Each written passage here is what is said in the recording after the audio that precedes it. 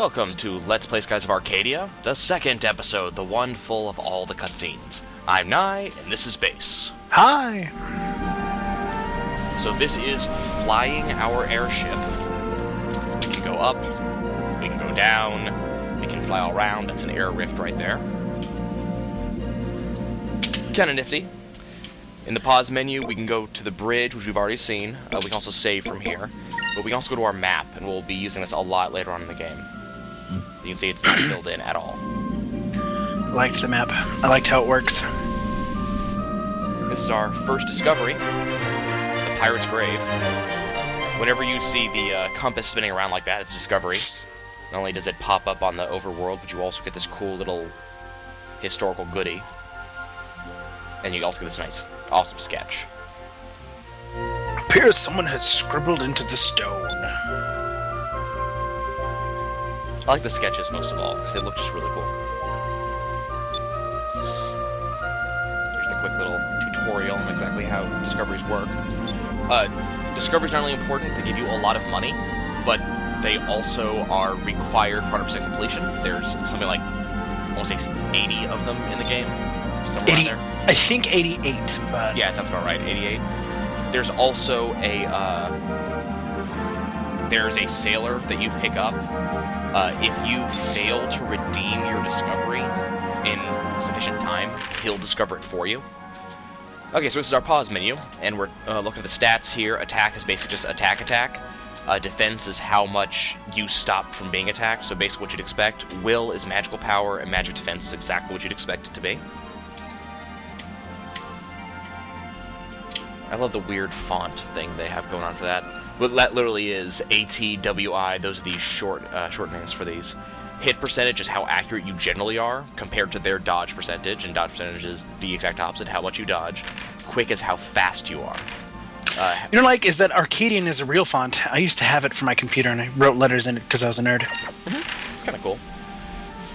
So you can actually see all of your stuff. There's your max XP, your max MP. Here's our items. Sacred Crystal, Magic Droplets. You can see your magic lists, and you can actually use some of it outside of battle. Here's your super move list. That's how you unlock stuff. We'll do that next episode. And this is where you change your equipment. We currently do not have much. You can also change your weapon's element in that screen where you can pick your equipment. You were also able to see Vice's current title in that last screen, which is currently Vice the Unimpressive. And then in our journal, if you read the journal, we don't have any interest in there now, but it'll tell you where the story is in case you pick up the game after a while. It'll sort of tell you how we've gotten to where we are now. And discoveries will list the discoveries you actually have. You can go and reread through them. As you can see, there are quite a lot of pages of them.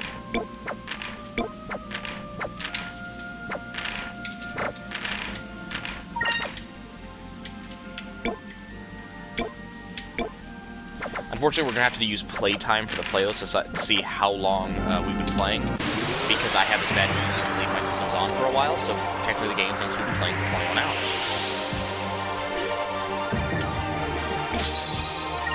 This was a particularly stupid battle, because for some reason, these enemies were a lot harder than they're supposed to be.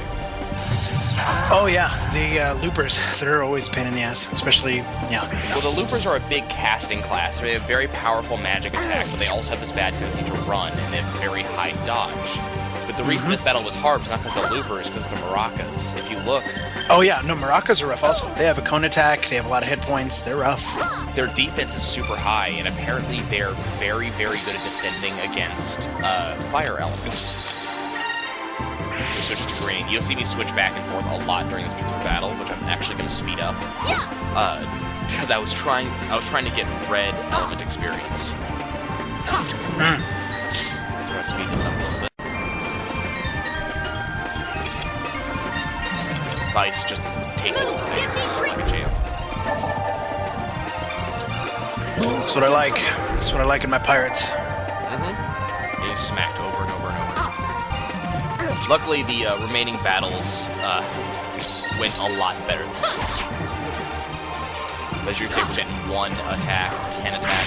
It wasn't much, and I was kind of wondering if I was just under-leveled or what it was, and then I figured out it was red blades. Luckily, the element you kill them with doesn't matter. It's just whatever element you have at the end of the fight.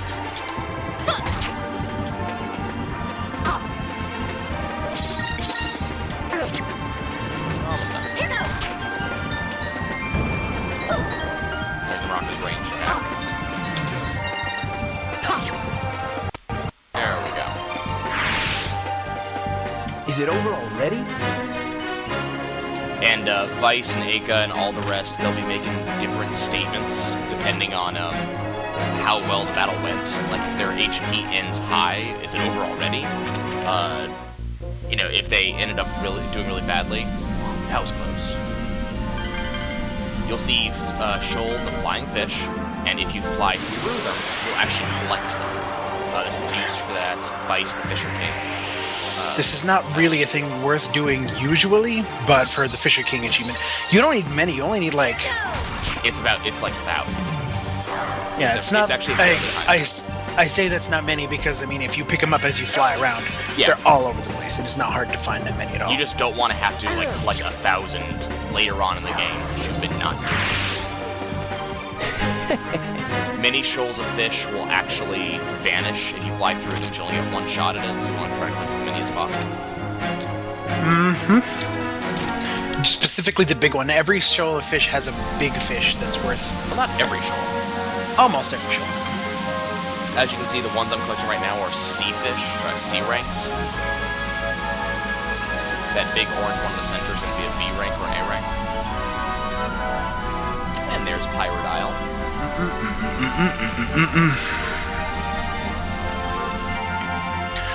Pirate Isle is an awesome city, and I found myself coming back here all the time just to talk to people.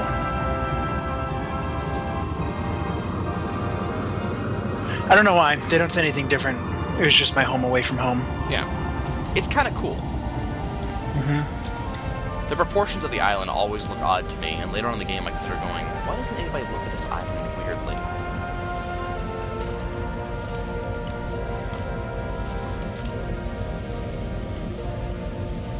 Hey, There's Vice talking again.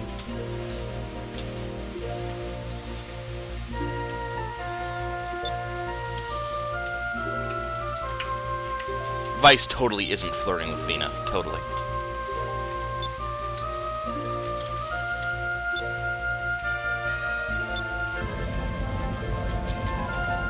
I mean, it looks like a kind of just like generic little town village thing, if you look at it from the top. I was always impressed by the variety of faces in the game.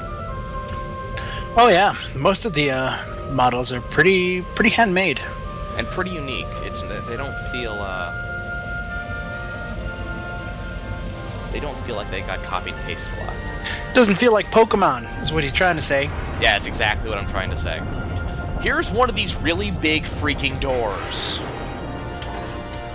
Another one, just gigantic door in the side of the island.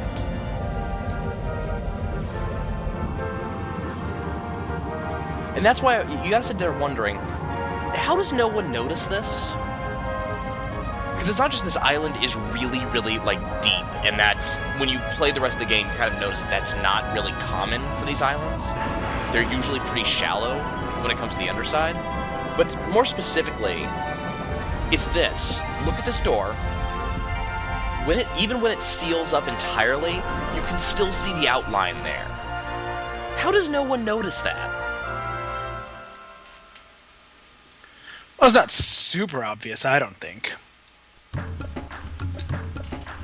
Maybe just because I've beaten this game so many times.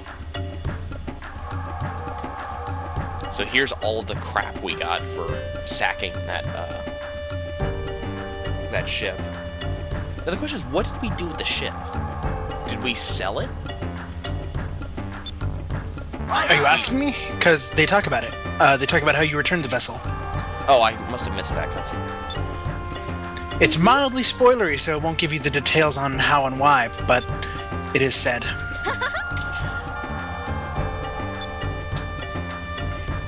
So there's our ship. The badassery that it is.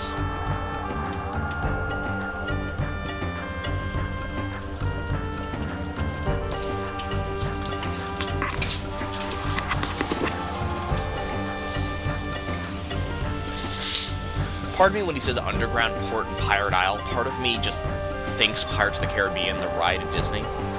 Because it has this same sort of very, very dark, in a cave feel to it. And then I realized that Skies is cooler. I mean, just look at Dying right there, being a badass with his hands over his chest. Just, yeah, this is my place.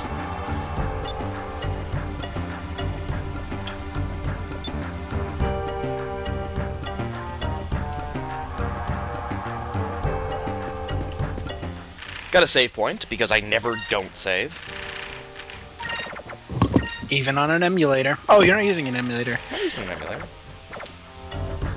This is coming directly off my Wii.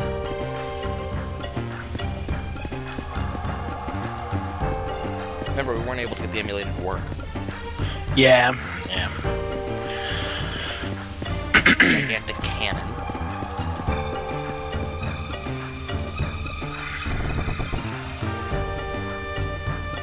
This is the bar. They actually have some armor on a stick over there. Do they? Where? The camera will pan across it again, I think. Now, what these guys are drinking is totally not alcohol. Loqua, totally not alcohol. His name is Patch. It's almost as bad as Captain Hook. What do you mean is bad? You mean it's awesome? Because like they name him entirely off of his disability? That's horrible. To quote, what's his name? Ricky Gervais, it's almost like calling Professor Xavier from X-Men, Professor Chair. You don't do that. Well, Gervais was talking about Stephen Hawking, but still.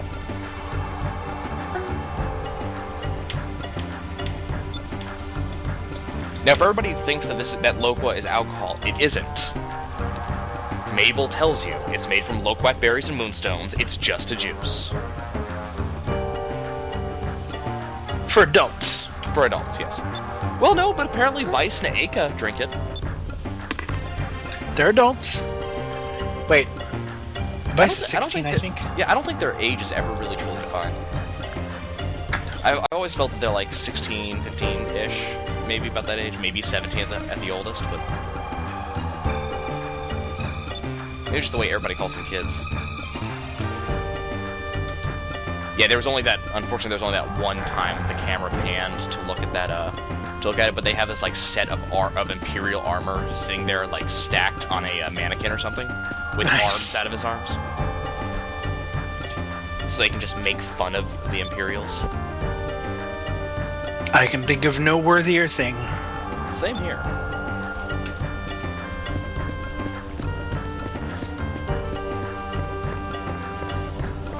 Pirate Isles base is a lot of ups and downs. So this is the shop. That's Zack, the weapon keeper. Weapon merchant.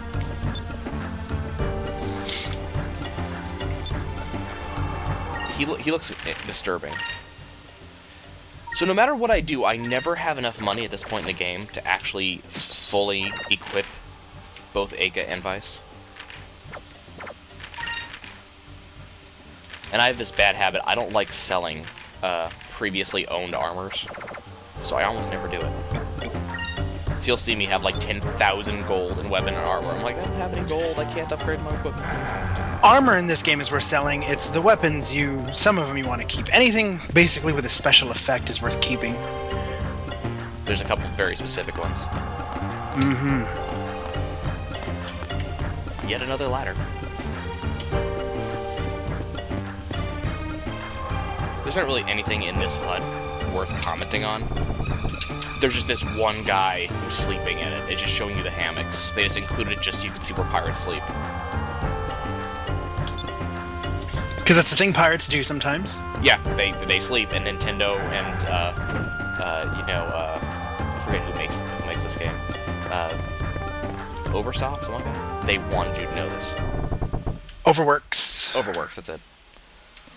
It's the egg company. Mm-hmm. We'd know this if I recorded the opening Like the turn on animations more than once. But I won't do that because that takes too long. So this is cutscene. Dine reintroduces himself. Now, he's just the captain of the Blue Rose. The Blue Rose isn't just one sailing group. It's a description of an entire group of people. He treats himself as the leader of all of them. And he kind of is. There's a wanted board that shows how, Yeah. By the way, that was another swashbuckler thing. If you try to step in and speak for Fina, Dine gets... Like, he does this to you instead of to Aga. He gets pretty butt mad. Yeah. And then you realize he's saying that if she's dangerous, he has to do something. So the important thing is to let her speak for herself.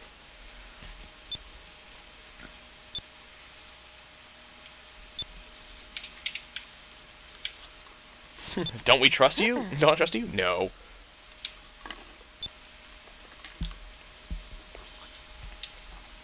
This felt a little bit forced, I think. This specific part of the script. A lot of the stuff Fina does feels a bit forced, unfortunately. No, I meant Dine's reaction to it. Oh, Dine's reaction? Yeah, his instant acceptance of that. Oh, well, yeah, but I felt that was pretty standard fare. Yeah, I mean, it's standard, but it's one of those, you know, he's being all hard-assed, face in a straight line, just sort of, you better tell me what's going on. And then all of a sudden she goes, well, no, I can't do that. And he goes, oh, okay then. I lose. I trust you. We have a sense of honor. We cannot deny this.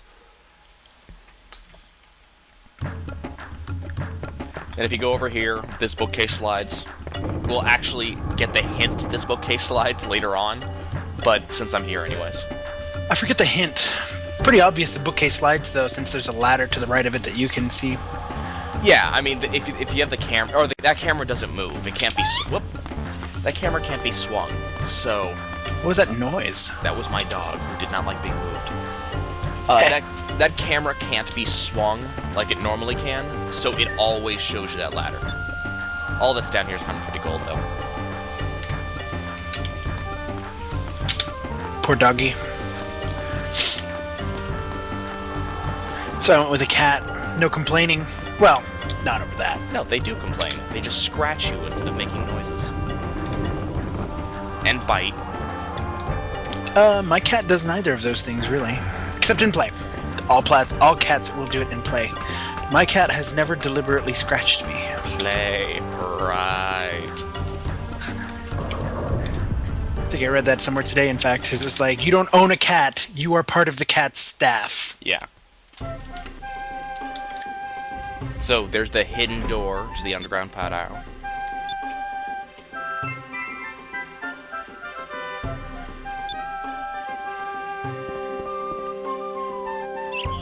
So now we have free reign of Pirate Isle, what there is of it. I didn't explore much of it, honestly, because most of this is just NPCs talking, and that's not really exciting at all. If you go back here into the garden, got a treasure chest. That's a chest that's actually not accessible until late in the game if you miss it now.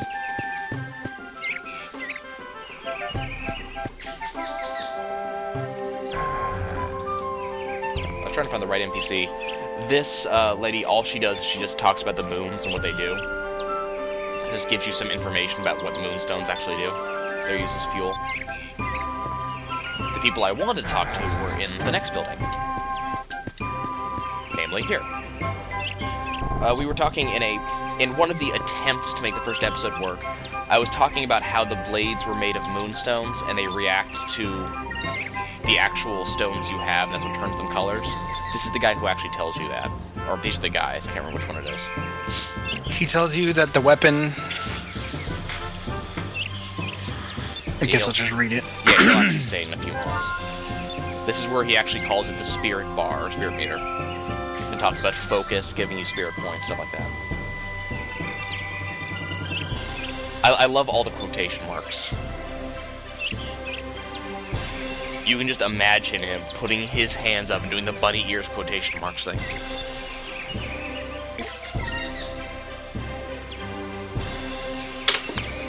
are made from moonstones.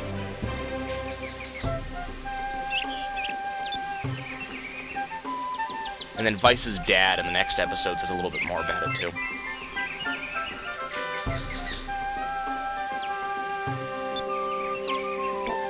I thought one of these guys actually told you, like, the hierarchy of, color of weapon to enemy type, but I wasn't able to find that dialogue. Well then, guess you screwed us. I think that dialogue happens when you after you go to the first dungeon, but I can't remember. I guess we'll find out later.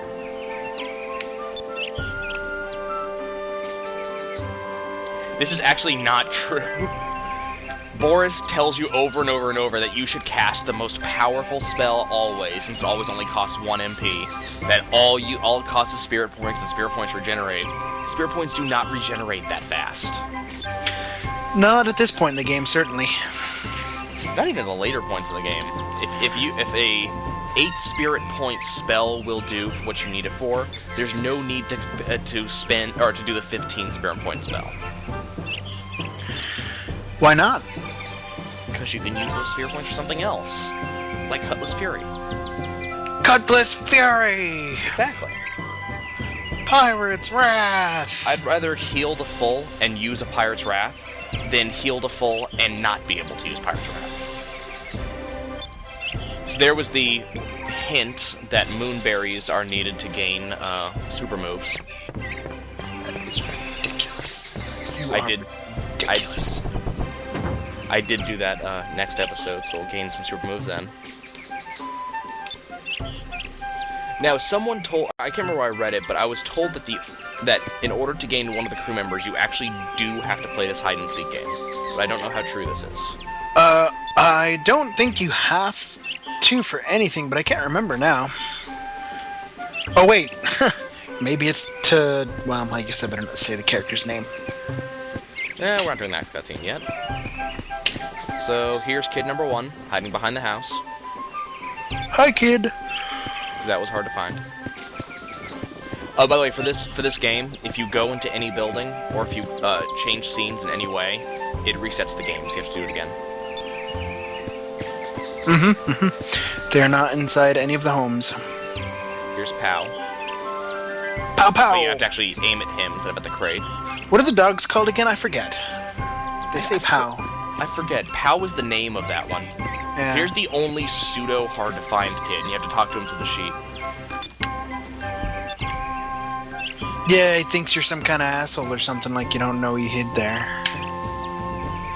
So the secret he gives you is the bookshelf in Captain Dine's room.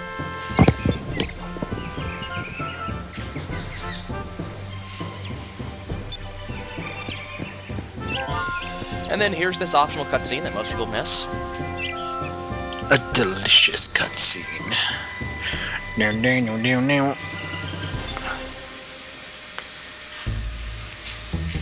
I love the music for this section, too.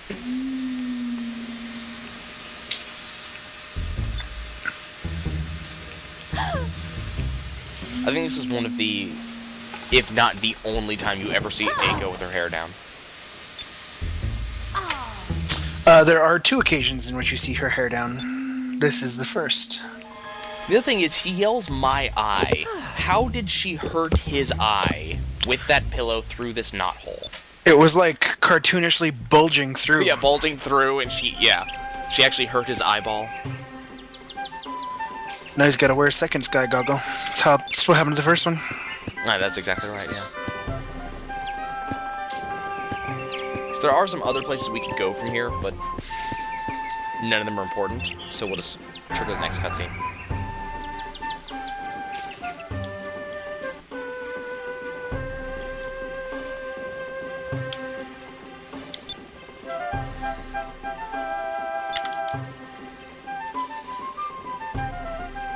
Part of me sits here and I go, we don't need to see the domestics. That's fine. You know, this is a game. We don't need to know about cooking dinner. That's fine. Part of me goes, well, it's Skies. The Gotta be cooking up something. Hey, look, she put the boomerang back in her hair. Whatever. You don't talk about my waifu that way.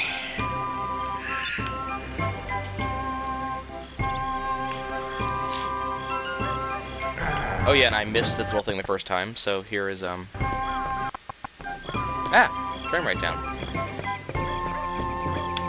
Here's this. Which is another entrance. Yep. So there's only one thing you can do through this entrance right now. Get a present. Uh-huh. A very important present. They have so many secret entrances to this place. It's another moonberry!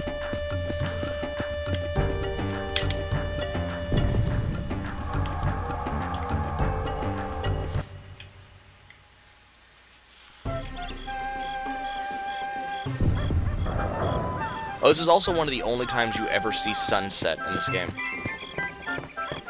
It's actually rather well done, I think.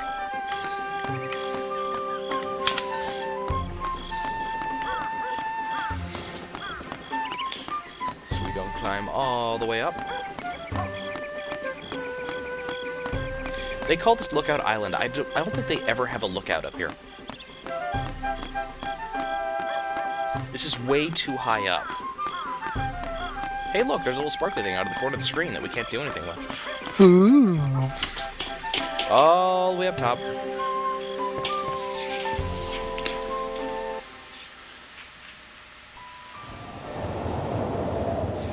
And here's our little emotional music.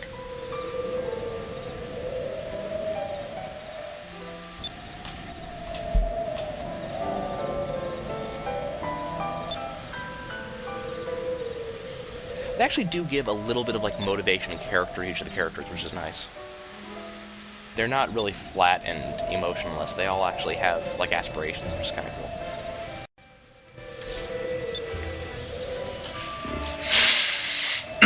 I heard, and I've never seen One Piece, so I don't know, but I heard that this game cops quite a bit from One Piece as far as the pirates go and their various fashion senses, but I've never seen One Piece.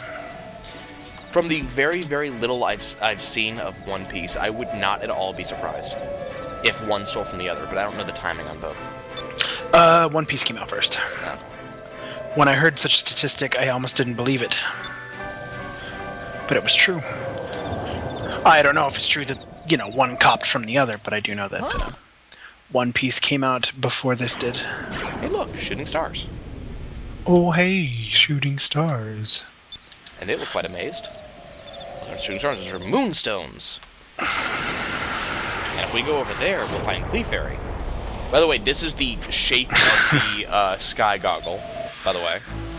So yes, it is actually a binocular. Monocular. That too. Technically. Yeah, technically a monocular.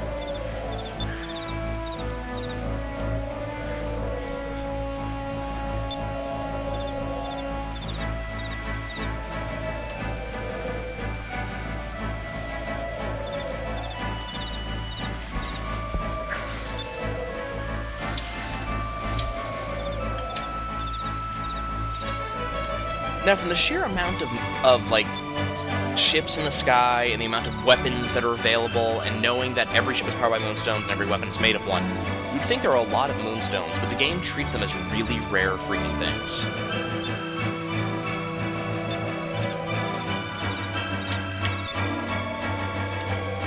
It's kind of weird.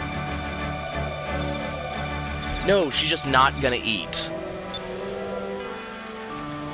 Well, yeah, she's Fina. She's like from wherever. She comes from an alien civilization. She doesn't eat. She's gonna sit there and watch you.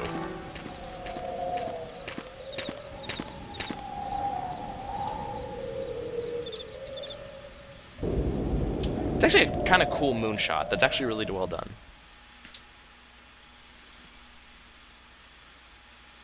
So this is the "You Rested at an Inn" song. If that happens, you know that you got full healed. You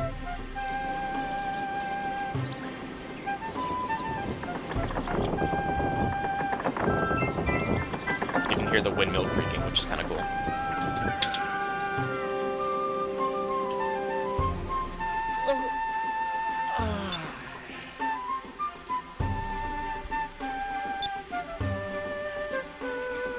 think another thing that always impressed me about Skies is the range of motion some of the characters have. Anyways, that'd be the end of this episode, guys. Next episode, we'll be going off to Shrine Island to pick up a moonstone. Hooray! It's gonna be all kinds of fun. We'll see you guys soon. Bye.